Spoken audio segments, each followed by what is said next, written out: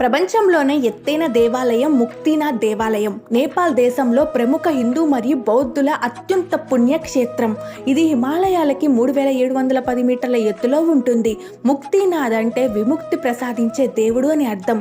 ఇంకా ముక్తినాథ్ హిందూ మతంలో 108 వైష్ణవ దివ్య దేశాల్లో ఒకటిగా పరిగణిస్తారు.